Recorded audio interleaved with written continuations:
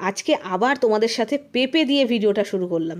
আজকে আলু পেঁপের তরকারি রান্না করেছিলাম, একেবারে মাংসের মতন হয়েছিল।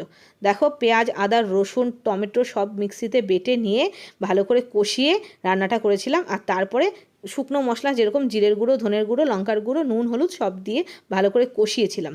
কষিয়ে তারপরে রান্না করেছিলাম। তরকারিটা এত সুন্দর হয়েছিল, মানে কি বলবো। আর নামানোর আগে একটু ঘি গরম মশলাও দিয়েছিলাম। তো ভালো করে এরকম কষিয়ে তারপরে জল ঢেলে দিয়েছিলাম পরিমাণ মতন। ভালো করে সেদ্ধ হয়ে যাওয়ার পরে গামাখা গামাখা রেখেছি, সেটা তোমাদের না ভিডিওটা তুলতে দেখাতে ভুলে গেছি। এইবার আমি বানাচ্ছি চাল কুমড়োর ঘন্ট। চাল কুমড়োটাকে কেটে নিয়েছি, আর এদিকে কড়াইতে তেল দিয়ে মাছের মাথাটাকে দিয়ে দিলাম। এটা রুই মাছের মাথা। মাথাটাকে ভেজে নামিয়ে নিয়ে ওই তেলের মধ্যেই ফোড়ন দিয়ে দিচ্ছি, কাঁচা লঙ্কা, গোটা জিরে ফোড়ন দিয়ে চাল কুমড়োটা দিয়ে দেবো। এই চাল কুমড়োর ঘন্ট মাছের মাথা দিয়ে খেতে কিন্তু বেশ সুন্দর হয়, বেশ সুস্বাদু হয় খেতে। নিরামিষভাবে তো মনে হয় অনেকেই খেয়েছো, চাল কুমড়োর মাছের মাথা দিয়ে খেয়ে দেখো, খুব সুন্দর হয়।